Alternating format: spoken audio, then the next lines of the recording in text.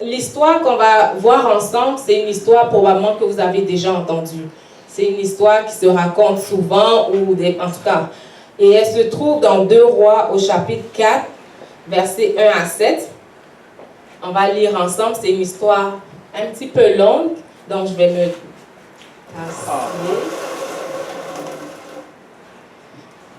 Et la Bible dit qu'il y a une femme de la communauté des prophètes, une femme non-née. On ne la nomme pas, on ne sait pas comment elle s'appelle, donc ça veut dire que tout le monde peut mettre son nom à sa place. Amen. Amen. Et cette femme-là est allée voir Élisée et elle lui dit, ton serviteur, mon mari, est mort et tu sais qu'il craignait l'Éternel.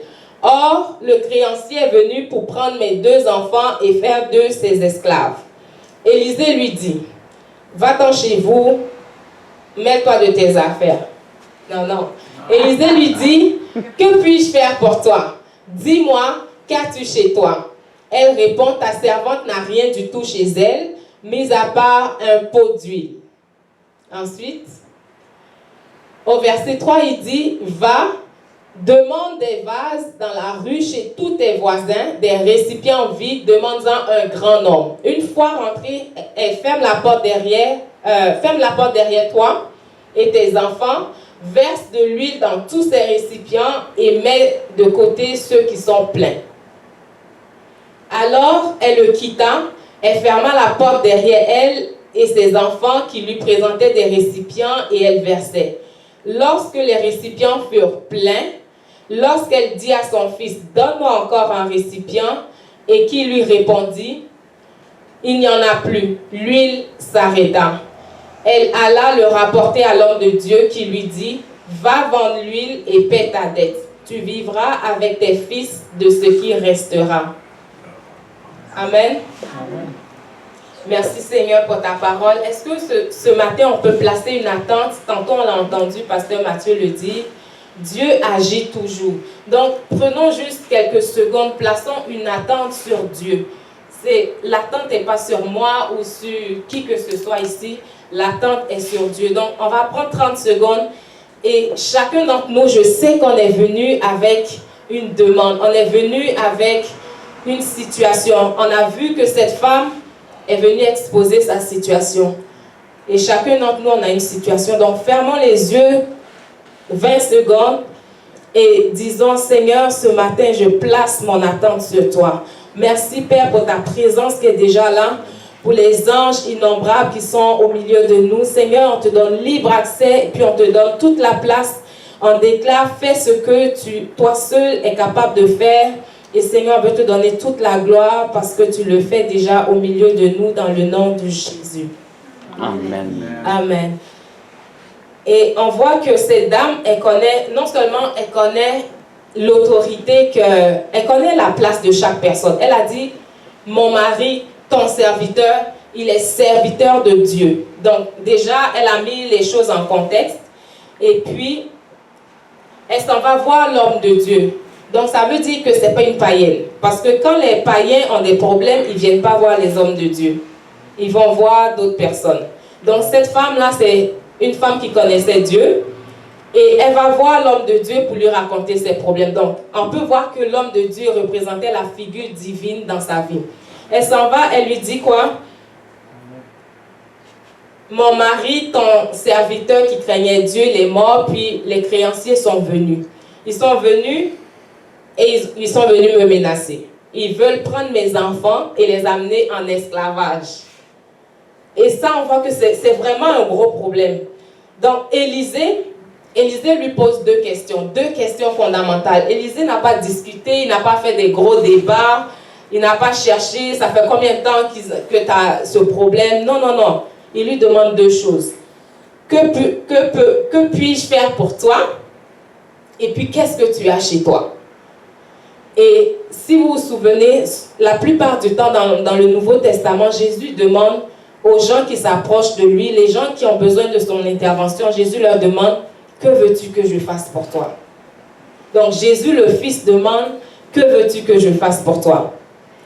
Et ça, par exemple, on voit dans Marc 10, 51, Jésus parle à Bartimée. Bartimée aveugle qui jette son manteau, puis il se fraye un chemin au milieu de la foule Et Jésus lui demande, que veux-tu que je fasse pour toi? Ça, c'est le Fils à demander. Et le Père, Dieu le Père, on se souvient dans Exode 4, verset 2, il dit à Moïse, qu'est-ce que tu as dans ta main? Donc, est-ce que vous voyez un peu le chemin que la parole de Dieu prend? Le Fils demande, qu'est-ce que tu veux que je fasse? Le Père demande, qu'est-ce que tu as dans tes mains? Et Élisée, un homme rempli de l'Esprit, qu'est-ce qu'il fait? Il combine les deux questions. Amen. Amen. Il combine les deux questions parce qu'il sait que le Père a parlé, le Fils a parlé, l'Esprit est sur le point de se manifester. Amen. Amen. Amen. Il faut que vous disiez, vous dites, en tout cas, dites Amen. Amen. Amen. Ou si c'est pas bon, dites Amen pas. Amen. Donc, Élisée lui demande, ok, qu'est-ce que je peux faire pour toi? Qu'est-ce que tu as chez vous? Et la dame, elle répond, je n'ai rien. Vraiment, comme on dirait en arabe, walou, zéro. Je n'ai rien. Elle a même failli ne pas mentionner le peu d'huile qu'elle a. Et quand on regarde, on voit que des fois, nous aussi, on se dit, oh, je n'ai rien. Pourtant, ça arrive, je ne sais pas, peut-être les femmes vont être d'accord avec moi. Tu ouvres ton garde-robe, c'est plein de linge, puis, oh, j'ai rien à me mettre. Ça arrive souvent. Elle dit, je n'ai rien. Je n'ai rien. Mais c'est vrai, attends une minute, j'ai un peu d'huile. Et avec le peu d'huile, regardez qu'est-ce que Dieu a fait. Donc, on va voir comment cette femme-là est arrivée de rien qu'elle avait à se rendre à une femme, à la fin de son histoire, c'était une femme influente. Une femme qui a vendu l'huile, qui a vécu sur le reste. Une femme que sa vie a pris tout un autre tournant. Et la première chose qu'elle a fait, qu'est-ce qu'elle a fait? Elle est allée plaider devant Dieu. Elle est allée voir parce que c'est le prophète qu'elle connaissait comme Dieu. Et nous aussi, quand on a un problème, quand il y a quelque chose qui ne va pas, il faut aller devant Dieu. Moi, peut-être, je pourrais dire que j'étais l'experte des lamentations. Je me lamentais parce que j'avais beaucoup de problèmes, vraiment là. J'avais tellement de problèmes. Et pour moi, la solution que je pensais, c'était de me lamenter. Je disais, ah mais Seigneur, pourquoi ci, pourquoi ça, pourquoi? Seigneur, à cause tu ne fais pas ci, pourquoi tu fais pour telle personne, tu ne fais pas? Je me lamentais jusqu'à un jour, à Ottawa, devant le miroir, j'étais fatiguée. Puis, Dieu m'a dit, en tout cas j'ai entendu, Jérémie a écrit le livre des lamentations. On n'en veut pas un deuxième dans la Bible. Et puis moi j'ai dit, arrière de moi Satan. Et après le Seigneur, il sait comment nous parler. Il dit non, c'est pas Satan. Tes lamentations là, ça suffit. Il y en a déjà un livre dans la Bible, donc c'est bon. Est-ce que tu veux écrire un deuxième livre de lamentations? J'ai dit non. Ok, donc Seigneur, c'est quoi que je fais? Il dit, mais expose ton problème. Donc la femme elle a compris que je peux me plaindre. Je peux m'embarrer avec mes enfants, on fait silence, fait semblant qu'on n'est pas là, puis le monsieur passera, il va frapper à la porte, personne ne va répondre, puis il va s'en aller.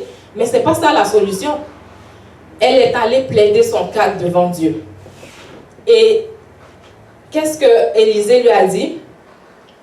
Elle a vu que non seulement son mari, il était le pourvoyeur.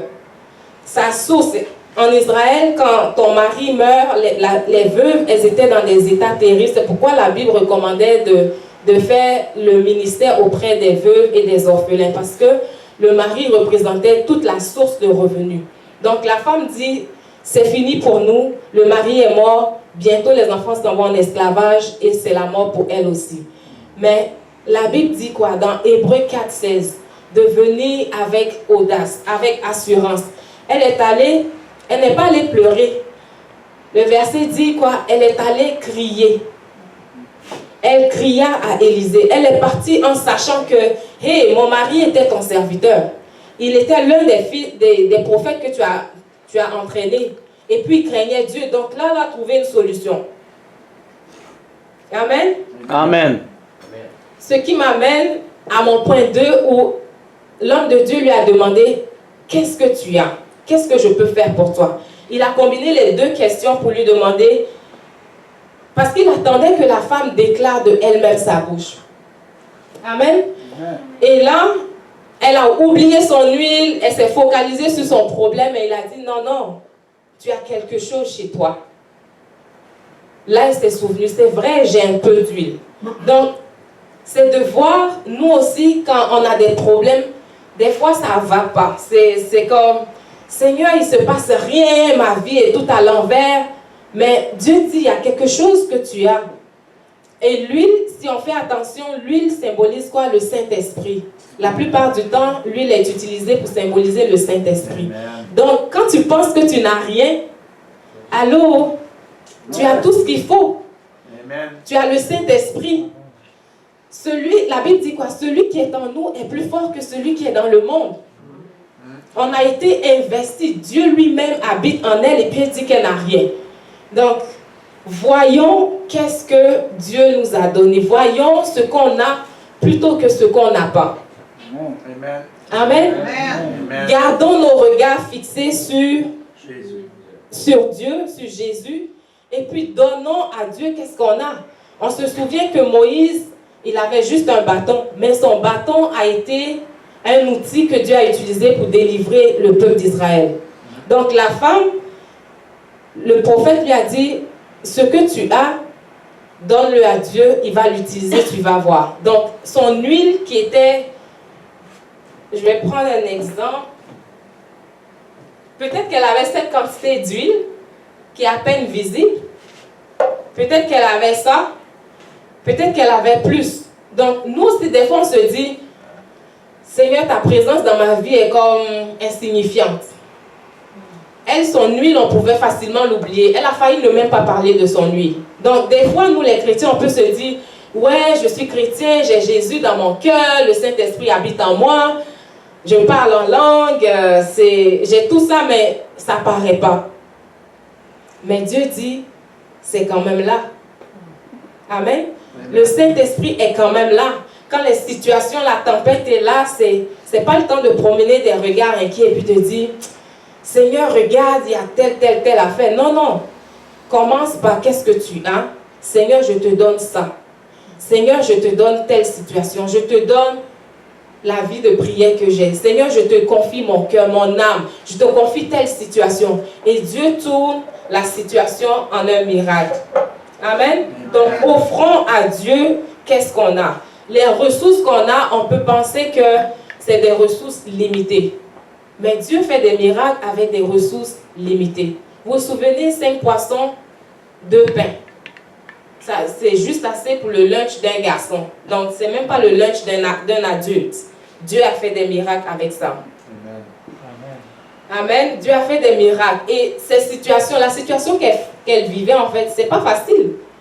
Quand on vient te menacer de t'amener en esclavage ou d'amener tes enfants en esclavage, ce n'est pas garde partagée, là.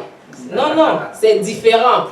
Le monsieur vient, il prend tes enfants, il s'en va avec eux, tu ne les vois plus. Quand ils reviennent, ou s'ils reviennent, c'est des adultes, et puis, tu n'as pas de revenus, ils ne te visitent pas, et puis, il n'y a pas de party de Noël, et puis ils repartent chez leur maître. Non.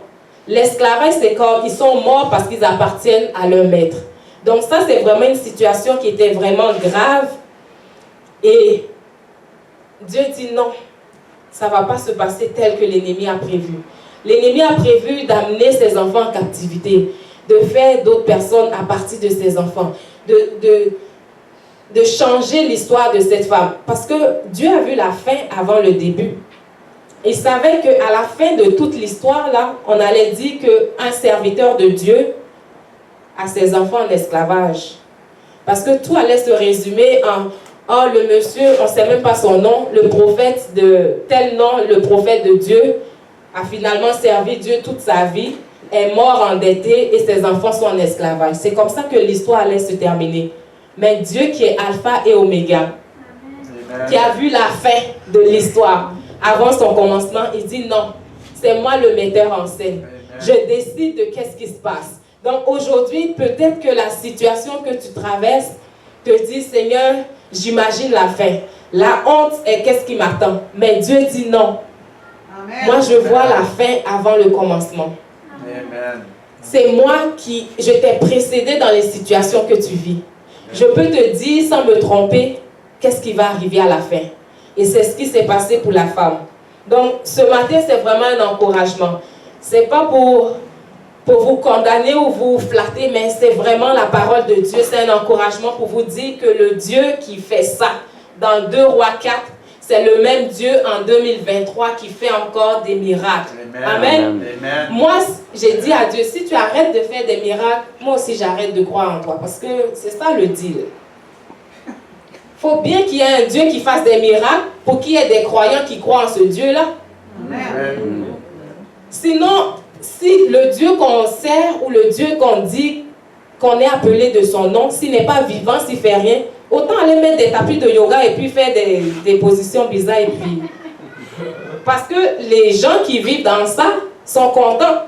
Donc, on ne peut pas dire qu'on est sorti, on est séparé. On est un sacerdoce royal, une race choisie, un peuple acquis. On est saint, on est choisi pour être sacrificateur de notre Dieu. On est mis à part. Écoutez, les adjectifs que Dieu utilise pour nous décrire. Moi, quand je parle de destinée, ma petite poupoune, écoutez, déjà j'ai des adjectifs là, je suis fière. Imaginez chacun d'entre nous, comment Dieu est fier de nous. Il va parler de nous, il nous a donné son nom, puis à la fin, l'histoire va être bizarre. Non. No way, ça ne peut pas se passer comme ça. Est-ce que quelqu'un est convaincu que je ne suis pas en train de suivre Dieu pour rien? Je veux réveiller ta foi. Si tu te disais, cette histoire de Dieu, on va mettre une pause, laisse-moi te dire, il n'y a pas de pause. Pourquoi? Pourquoi il n'y a pas de pause? Parce que notre adversaire, le diable, rôde. Il ne rôde pas lundi, mardi, puis se repose mercredi. Il rôde jour et nuit. Qu'est-ce qu'il fait? Il cherche qui va dévorer. Puis ce n'est pas nous. Hein, Laval, ce n'est pas toi. N'est-ce pas, Régent? Personne ici, je déclare, personne ici ne va être dévoré par son adversaire dans le nom de Jésus. Amen. Amen. Et cette dame-là, après tout s'est allée voir le monsieur, lui a dit, va, demande des vases. Et mon point 3, c'est quoi? Suivons les consignes de Dieu. Commençons avec qu'est-ce qu'on a. Elle avait un fond d'huile. Mais ce n'était pas ça seulement. Elle avait la parole de Dieu. Donc, qu'est-ce que tu as? Plus la parole de Dieu change le résultat. Amen. Tu peux avoir ton 1 plus 1, mais quand tu ajoutes plus la parole de Dieu, ce n'est plus 2. Ça change le résultat. Donc, cette femme est partie avec son huile, plus la parole de Dieu. Elle a veillé à suivre les consignes de Dieu. Le monsieur a dit, l'homme de Dieu a dit, va demander des vases. Elle est allée voir ses voisins. Par la grâce de Dieu, nous, on est en de bons termes avec nos voisins, donc on pourrait aller demander tous les vases qu'on veut. Puis ils en ont des vases. Je les connais. Mais imaginez qu'elle ne parlait pas à ses voisins. Dieu a dit, demande des vases quand même. Donc, elle est allée voir. C'est bon, on ne s'entend pas, mais donne-moi des vases. Ok, voisin numéro 2, donne-moi des vases. Voisin numéro 3, hey, 2 rues plus tard, 2 maisons plus tard, donne-moi des vases. Aujourd'hui, pas de chicane, je veux juste des vases. Je te les redonne. Donne-moi des vases. Donc, elle est allée. N'en demande pas un petit nombre. Donc, je suis sûre que si elle était à Métabet, peut-être qu'elle s'est rendue jusqu'au camp musical. C'est assez de vases. De Métabet, durant rang 3, rang 1, durant 4 jusqu'au camp musical. Ça fait assez de vases hein, dans toutes les maisons. Donc, elle est allée demander des vases. Et nous aussi, il ne faut pas limiter Dieu. Amen. C'est pas parce que tu as demandé un crayon, c'est comme, je disais à mon mari, moi, je veux une job, et puis j'ai commencé à donner les détails. Il dit non. Je dis, mais à cause, je vais dire à Dieu que je veux quelque chose qui n'est pas précis, comment je vais savoir quand ça va arriver? Je veux ça, ça, ça. J'ai fait ma liste, puis j'ai déposé, puis j'ai dit merci Seigneur parce que je vais savoir quand tu vas me donner. Donc, elle a demandé des vases, elle a étendu l'espace de sa tente. Elle a étiré sa foi. Ok, sa foi peut prendre 120 vases, demande-en 120. Si ta foi est capable de prendre 10 vases, demande 10 vases. Mais l'huile s'est arrêtée à quel moment? Quand il n'y avait plus de vases. Amen. Amen. Et des fois, on se dit, ok, Seigneur, je vais prendre ça au cas où. Je vais prendre 2 vases, puis si ça marche, je vais aller en chercher d'autres. Non, non, ça ne s'est pas fait en deux phases. C'est, va prendre les vases, va chercher qu'est-ce qu'il y a à l'extérieur, va demander, ne demande pas un petit nombre, puis viens, ferme la porte. Ferme la porte et la multiplication va se produire. Ferme la porte et il va se passer quelque chose. Et je pense que c'était cette semaine que j'ai vu Pasteur Liane utiliser un exemple. Elle a parlé de processus. Et aujourd'hui, on voit que Dieu est toujours dans le business des processus. Dieu, c'est pas aujourd'hui, je suis devenu chrétien, demain je suis pasteur multidisciplinaire, prophète des nations, machin. Non, non. Il y a un processus. Donc, pendant qu'elle allait demander ses vases, peut-être qu'elle doutait. Ok, on va demander de toute façon, si ma foi ne marche pas, j'embarque sur la foi de l'homme de Dieu. C'est lui qui a dit. Donc, le résultat est sur Dieu. Amen. Le résultat est sur Dieu. Moi, j'ai plusieurs fois, et puis peut-être que vous êtes tanné de me l'entendre dire, quand j'ai lu depuis Genèse jusqu'à Apocalypse, Dieu n'a pas déçu personne là-bas. Puis Dieu, si vous ne saviez pas quelque chose, il tient à sa réputation. Donc, il ne va pas commencer avec moi. Dieu ne va pas commencer à saboter sa réputation depuis des milliers d'années à cause de moi. Donc, il doit garder, maintenir la réputation de celui qui fait des miracles, celui qui respecte sa parole. Celui dont la parole qui est envoyée ne repart pas à lui vide. De toute façon, sa parole aussi a un job à faire. Parce que sa parole, c'est un messager. Donc, il envoie sa parole, va faire tel message. Puis quand sa parole revient, si le message n'est pas fait, sa parole ne peut pas retourner à lui vide. Donc, elle se dit, la job n'est pas encore faite, je ne peux pas retourner à mon maître. Donc, la parole va s'assurer que le résultat est ce que le maître a dit. Le résultat est qu'est-ce que Dieu a dit. Donc, je ne retourne pas à Dieu vide. Je ne retourne pas à Dieu pour lui dire, je n'ai pas pu avoir d'effet dans la vie de quelqu'un. Est-ce que vous me suivez? Donc, quand la Bible dit qu'il envoie sa parole, et puis sa parole ne retourne pas à lui sans avoir fécondé, sans avoir fait germer, sans avoir donné le pain à celui qui mange la semence au semeur, c'est que la parole doit faire chaque chose qu'elle est supposée faire. Donc, la parole de Dieu dans votre vie doit faire qu'est-ce qu'elle est supposée faire. Amen. Quand elle est en mission chez vous, si c'est pour la guérison, elle doit guérir avant de partir. Amen. Si c'est pour la délivrance, elle doit délivrer avant de partir. Parce que la parole n'est pas en vacances en été dans votre vie.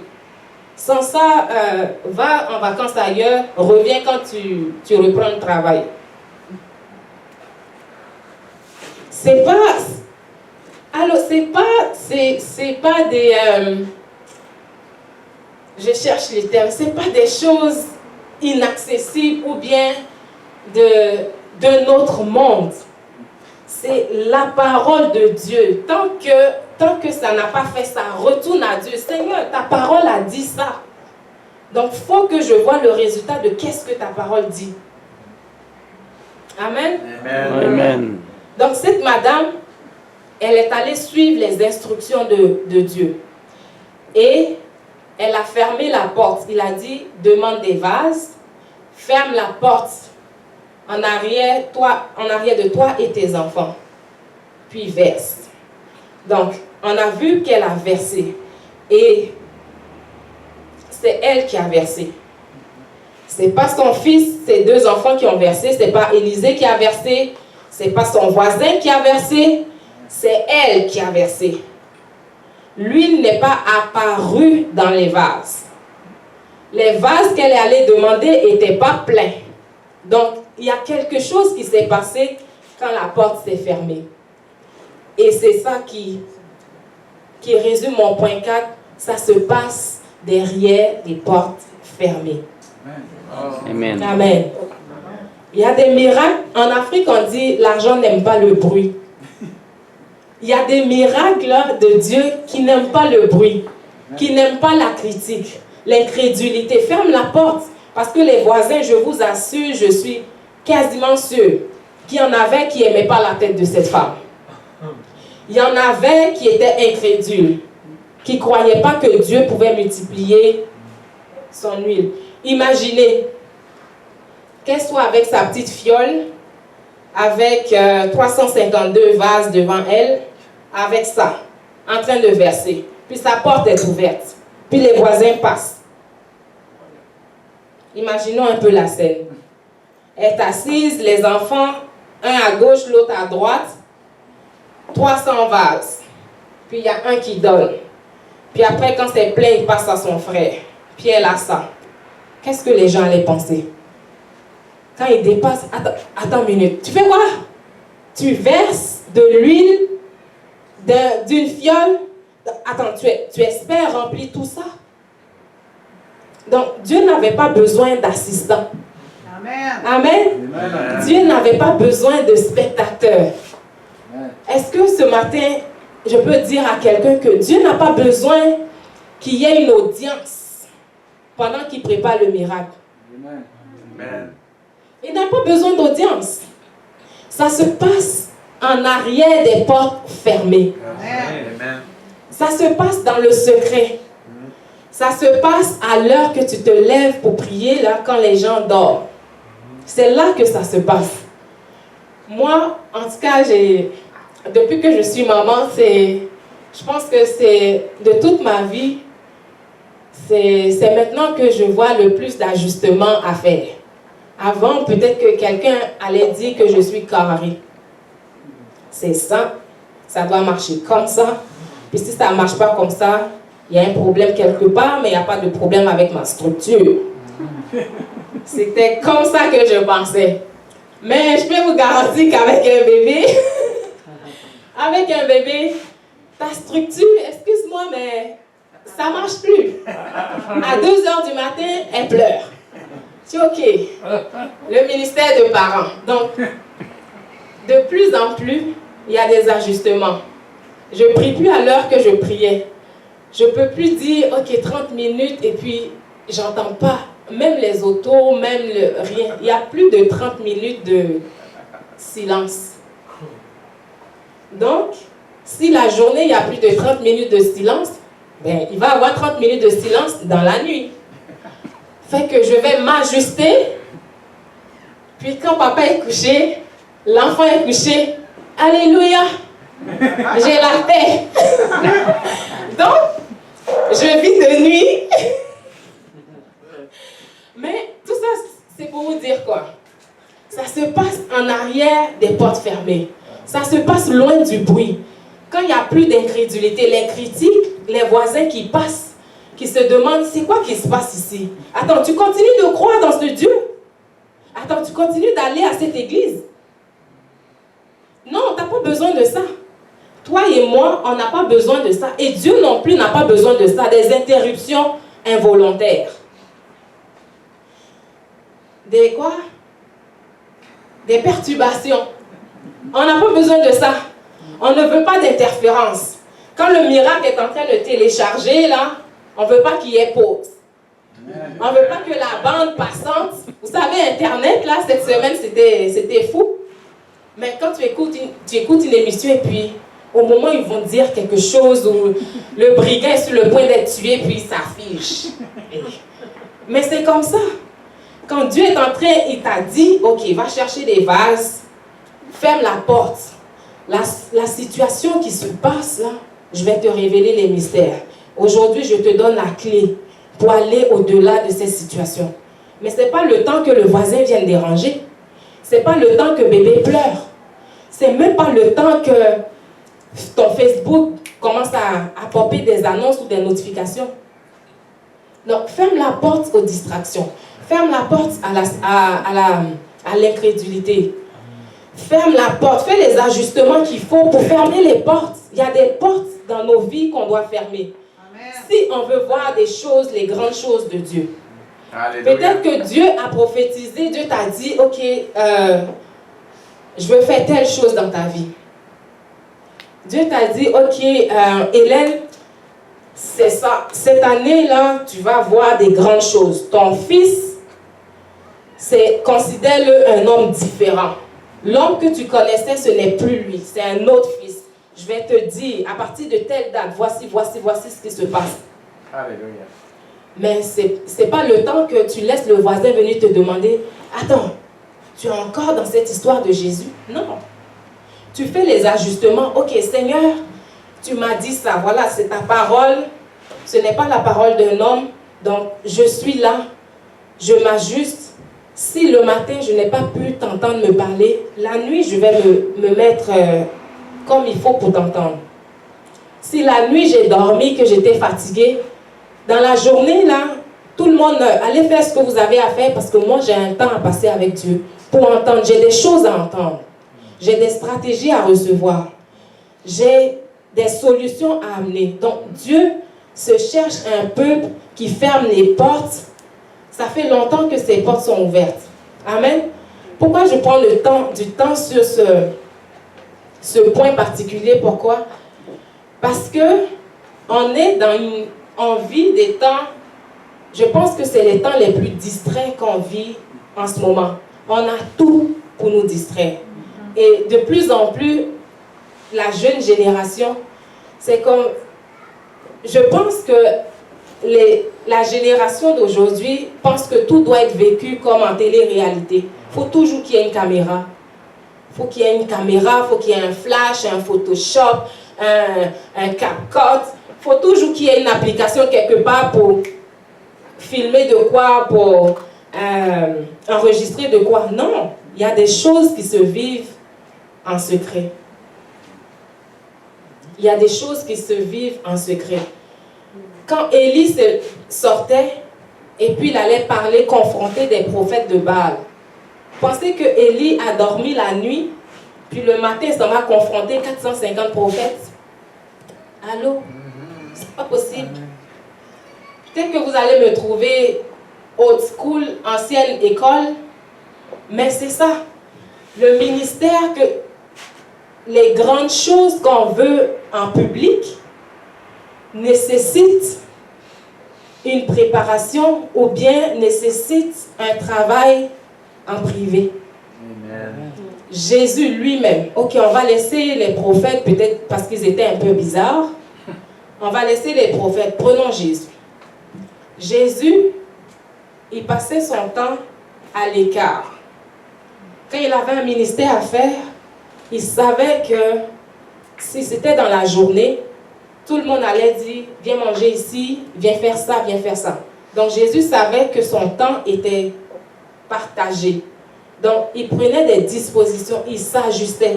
Même si c'est dans la journée, il se mettait à l'écart. Je ne suis pas en train de dire, tout le monde, à partir d'aujourd'hui, demain, mettez vos alarmes à 1h dans la nuit. Non, non, non. Mais Jésus trouvait un temps pour être à l'écart. Les choses de Dieu, des grandes choses de Dieu qui sont visibles en public nécessitent, obligent quasiment, et je pèse mes mots, un temps en privé. Amen. Amen. Donc, ma prière vraiment, c'est que Dieu nous fasse aimer le lieu secret. Que Dieu nous fasse aimer le lieu secret. C'est pas facile. C'est certainement pas facile.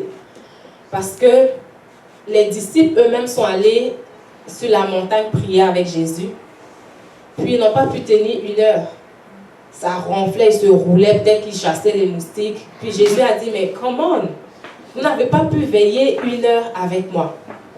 Donc, c'est pas évident, mais la grâce de Dieu, l'onction du Saint-Esprit, l'huile qui est déjà là, fait le ministère. Amen. Amen. Parce que Dieu a une destinée pour nous. Et j'ai oublié de mentionner, quand Dieu a dit à la femme, commence avec qu'est-ce que tu as. moi, j'avais un problème avec les petites affaires. Vraiment, les petites choses, là, je dis... Même chez nous, là, entre parenthèses, quand j'achète les plats pour les lunchs, là, quand j'achète, même au magasin, je commence à jeter les petits pots. Les petits morceaux qui mettent plus de petits morceaux que de grands, là, je jette tous les petits.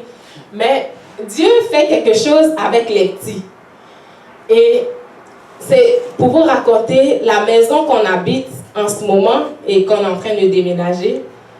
C'était toute une histoire de commence avec ce que tu as. Et quand Nathalie et moi, on s'est connus, et puis on a commencé à se fréquenter et tout, et puis c'était vraiment en voie du mariage, je suis venue voir la maison où est-ce qu'on allait habiter. Tu ris? Quand j'ai vu la maison,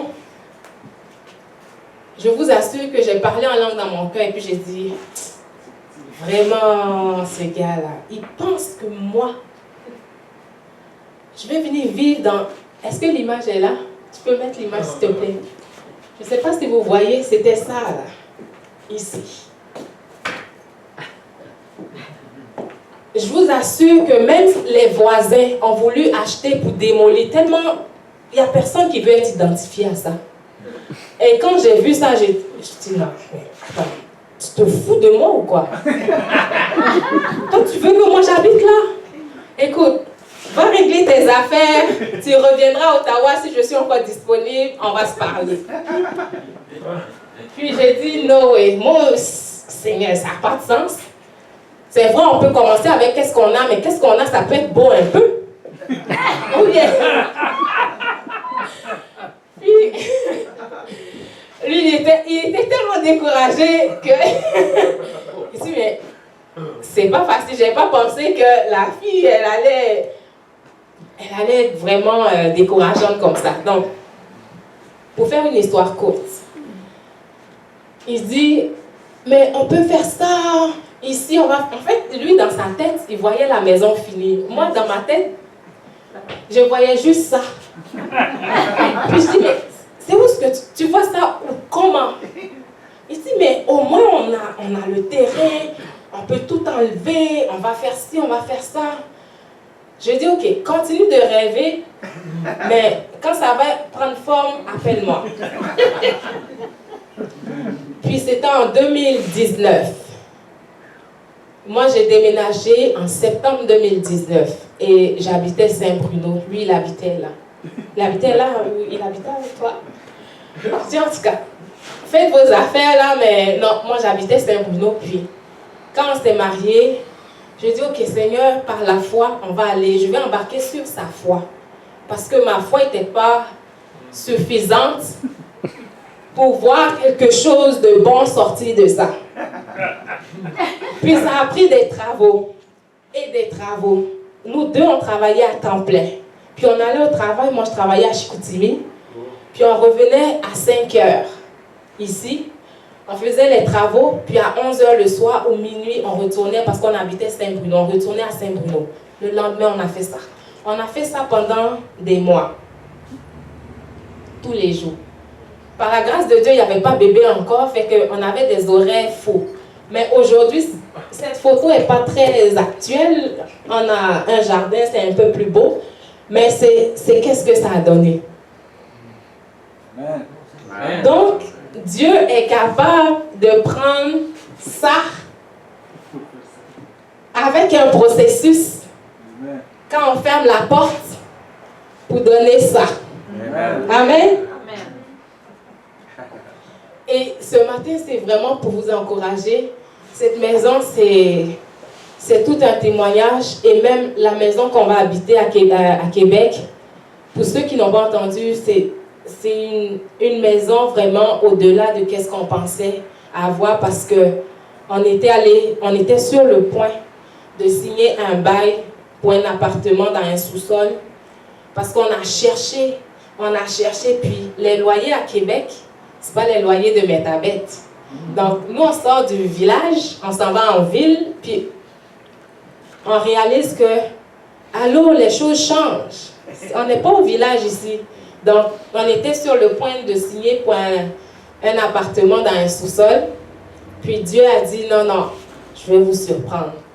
Et Dieu nous a bénis avec une maison sur l'île d'Orléans qui est en rénovation, qui est presque terminée. Même là, quand j'entends Nathaël et l'entrepreneur parler de « Oh, mais il reste juste ça à faire et puis c'est fini », j'ai dit « Mais on parle de quel délai là? C'est octobre. » Donc, je ne veux pas être femme de peu de foi, mais dépêchez-vous. Amen. Donc, ce matin, vraiment, je veux vous encourager. Quand Dieu a dit à la femme d'aller rassembler les vases, elle est allée chercher les choses qui ne lui appartenaient pas. Elle est allée dire à son cousin, « Tu es malade, il n'y a pas de problème. Cette maladie-là, mon Dieu peut s'en occuper. Ce vase-là qui est cette situation-là, mon Dieu peut remplir ça. » Amen. Donc, Amen. Allons chercher. Aujourd'hui, c'est vraiment pour réveiller l'intercesseur en nous. Pour réveiller le chrétien enflammé que Dieu veut remplir pour qu'il soit déversé dans sa communauté, dans sa famille. Dieu veut que tu arrêtes de regarder tes bobos là parce que c'est déjà réglé. C'est déjà réglé.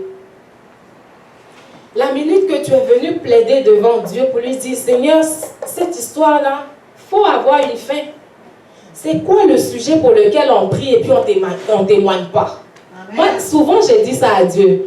Je vous garantis que des fois, je faisais une liste et puis j'ai dit, Seigneur, ça fait longtemps que tous ces sujets-là sont dans une partie de la liste requête. Ma liste témoignage est vide, Seigneur. Fais qu'on puisse écrire des choses là.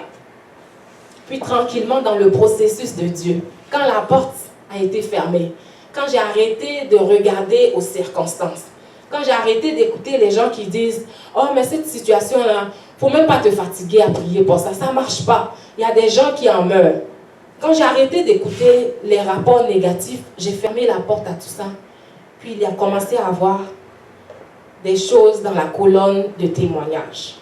Amen. Donc ce matin, s'il y a des choses dans votre famille, que mon oncle a été diagnostiqué de telles choses, prends ce vase, amène-le en arrière des portes fermées.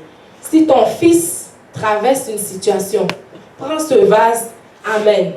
Parce que l'onction que Dieu a permis qu'il soit avec toi, la fiole d'huile, peu importe la grosseur que tu vois, ça peut être ça de gros, peut-être ça qu'on risque d'oublier. Ça peut être plus gros. Je ne sais pas qu'est-ce qu'il y a de plus gros comme contenant ici. Ça peut être plus gros.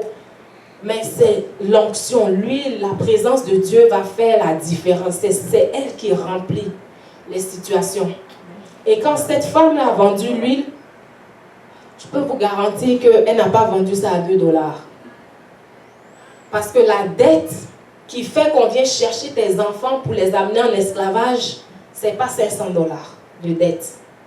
C'était une dette assez importante. Puis quand Dieu a rempli tous les vases, les gens ont entendu parler de cette huile-là. Parce qu'en Israël, ils font de l'huile d'olive. Ils ont dit, cette sorte, ce miracle-là, ce n'est pas dans le pressoir là qu'on obtient ça. Ce n'est pas le même procédé qui a produit cette huile. C'est un miracle de Dieu qui a produit cette huile. Donc, automatiquement, la valeur monte. Donc, quand Dieu va accomplir le miracle dans la vie de ton oncle, dans la vie de ta cousine, dans la vie de ton enfant, il va savoir que ça, ce n'est pas des manigances humaines, ce n'est pas la science. La science a contribué, les prières ont contribué, mais c'est le miracle de Dieu qui a produit le résultat. Amen. Amen. Donc ce matin, on va se lever et prier ensemble. Parce que c'est ça l'objectif. On va aller chercher les vases. S'il y a une situation qui te préoccupe,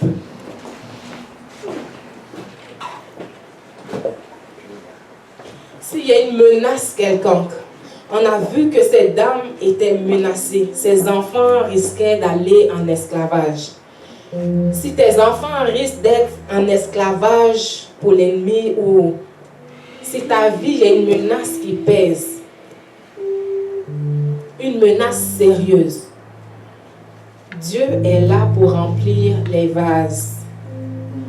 Si tu penses que ta fiole d'huile même est trop petite que tu ne voulais même pas la mentionner, que la présence de Dieu ne fait pas de différence dans ta vie au point où tu as failli ne même pas dire que tu connais Dieu, ce matin, Dieu veut te remplir. Et si tu as perdu ta source, parce que cette femme avait perdu sa source de revenus, son mari était mort, son compte d'épargne était à plat, les enfants ne pouvaient plus elle ne pouvait plus mettre sa confiance sur les enfants qui allaient grandir puis la nourrir parce qu'ils allaient en esclavage. Si tu as perdu quelque chose de grande importance, Dieu veut te restaurer. Et je sais que, je ne me rappelle pas du nom, mais il y a une situation, je pense qu'il s'appelle Dave, il s'appelle Dave. Je ne suis pas toute l'actualité de qu'est-ce qui se passe, mais ce matin, j'ai à cœur qu'en tant qu'Église, on prie pour cette situation-là. Que ce vase-là, on l'amène en arrière des portes qui sont fermées. Puis Dieu va remplir et on va entendre des témoignages de ce que l'huile qui va ressortir, le miracle qui va ressortir n'est pas une production humaine. Ce n'est pas une fabrication humaine. Donc, fermons les yeux. Si ce message t'a touché d'une manière ou d'une autre, et puis je veux t'inviter, Régent, à t'avancer. Si ce message t'a touché d'une manière ou d'une autre, si tu as une situation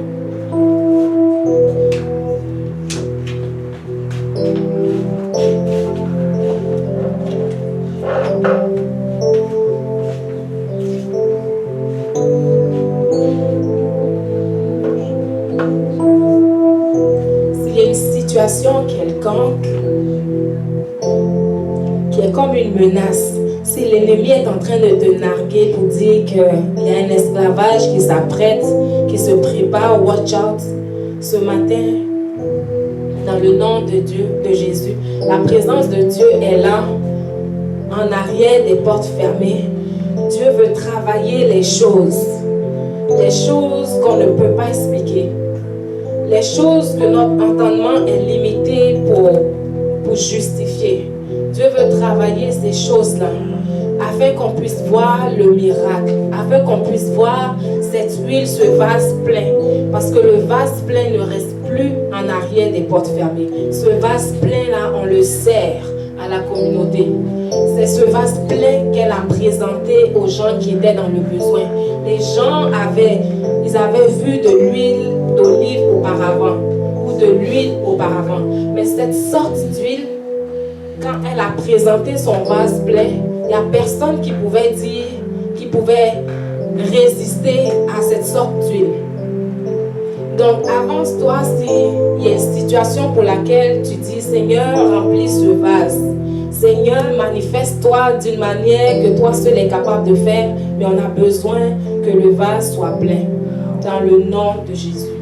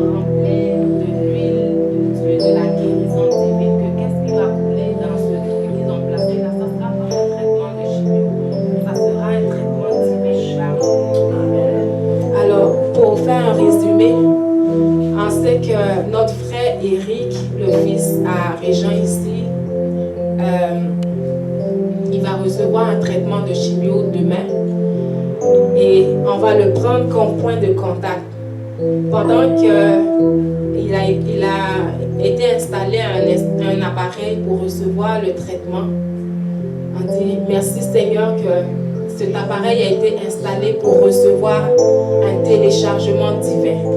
On va demander à Dieu de déverser que ce que les médecins ont vu auparavant, ils ne le verront plus dans le nom de Jésus. Est-ce que la foi de quelqu'un est brassée? Est-ce que la foi de quelqu'un, comment je sais qu'ici, il y a des hommes et des femmes de foi. Donc, élevons la main, tendons la main vers les gens ici. Et puis, disons à Dieu, Seigneur, ce matin, il s'appelle Eric, dans le nom de Jésus, que l'appareil qu'il a sur son corps, Seigneur, on déclare que c'est un instrument qui reçoit de manière divine un traitement qui vient du ciel dans le nom de Jésus. Seigneur, tu déverses maintenant cette huile, cette guérison qui n'est pas fabriquée humainement. Seigneur, au nom de Jésus, on commande un changement dans son corps, de la tête aux pieds. On déclare que qu'est-ce qui a été vu auparavant ne sera plus visible dans le nom de Jésus. Et toutes cellules cancéreuses maintenant te maudit au nom de Jésus. En arrière des portes fermées aujourd'hui, on commande que ton mandat cesse dans le nom de Jésus. Et ce matin, on déclare que son corps est le temple du Saint-Esprit. Alors ton ministère dans son corps termine aujourd'hui dans le nom de Jésus. Allez, cancer, tu pars maintenant au nom de Jésus. Et Seigneur, relâche la guérison. La guérison divine. Seigneur, la guérison qui donne un témoignage.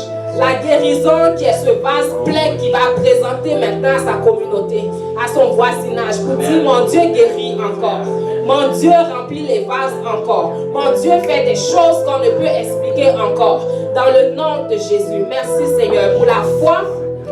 Merci pour la famille qui passe à travers cette situation. Seigneur, on déclare que les yeux ne sont point inquiets. Ils ne promènent pas de regard inquiet. Au nom de Jésus. La famille ne promène pas de regard inquiet. Parce que il n'y a personne, la Bible dit que personne n'a fixé les regards sur Dieu et a été confondu.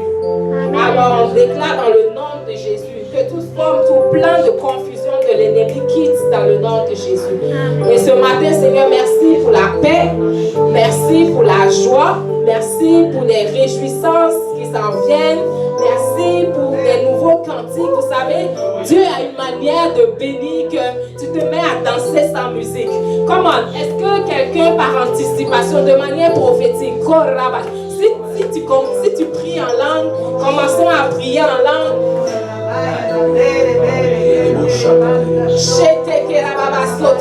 Yes, Lord. Rabashanda la baba sekere besheke. Rekala baba soto robo sheka. Si tu es ici que tu veux, par anticipation, dis à Dieu, Seigneur, donne-moi ce témoignage-là qui me fait danser. Et je l'ai prié quelquefois et Dieu s'est glorifié. Je dis, Seigneur, donne-moi un témoignage qui me fait danser sans musique. Un témoignage qui me fait danser sans musique. La Bible dit que le ciel ne s'assombrira pas. Les vents ne vont pas souffler, mais ton ravin sera plein d'eau. Pour dire quoi? Les signes peuvent ne pas être là, mais le résultat est là. Parce que Dieu est celui qui produit le résultat. Même quand le vent ne souffle pas, même quand la tempête est en train de faire rage, Dieu produit le résultat. Ce n'est pas pour vous craquer. Je ne suis pas dans le ministère du craquage. Mais c'est pour vous dire que Dieu, moi aujourd'hui, qui vous parle, on va laisser ça de côté. Dieu est dans le ministère des miracles parce qu'il a une réputation à préserver. Dieu a une réputation à sauver. Et pendant la louange, je voyais, c'est comme s'il y avait quelqu'un qui avait un problème avec des nerfs. Je ne sais pas où la situation, mais comme s'il y avait un problème avec des nerfs. Si tu es ici ou que tu es connecté à quelqu'un dans ta famille ou dans ton entourage qui a un problème avec des nerfs, ce matin, on parle à ces nerfs dans le nom de Jésus. On commande que toute déconnexion, toute coupure soit restaurée dans le nom de Jésus. S'il y avait une coupure ou quelque chose qui ne vient pas de Dieu, ce matin, on déclare que la reconnexion se passe dans le nom de Jésus.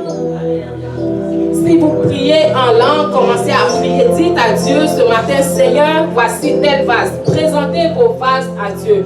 Parce que le Seigneur veut remplir ces vases-là. Ce n'est pas vous qui allez les remplir, vous allez verser. Et aujourd'hui, vous versez par la prière que vous déclarez. Et Dieu qui est dans le ministère de la multiplication. Rabashana la bababa. Reke la baba soto lobo sheke. Reka la bababa shete. Dieu ne fait pas des additions comme nous. Dieu fait des multiplications. Au nom de Jésus, on parle à toutes les situations qui ont continué de s'additionner, de s'accumuler, qui résistaient à la prière, à la présence de Dieu ce matin. On déclare qu'elles cessent dans le nom de Jésus.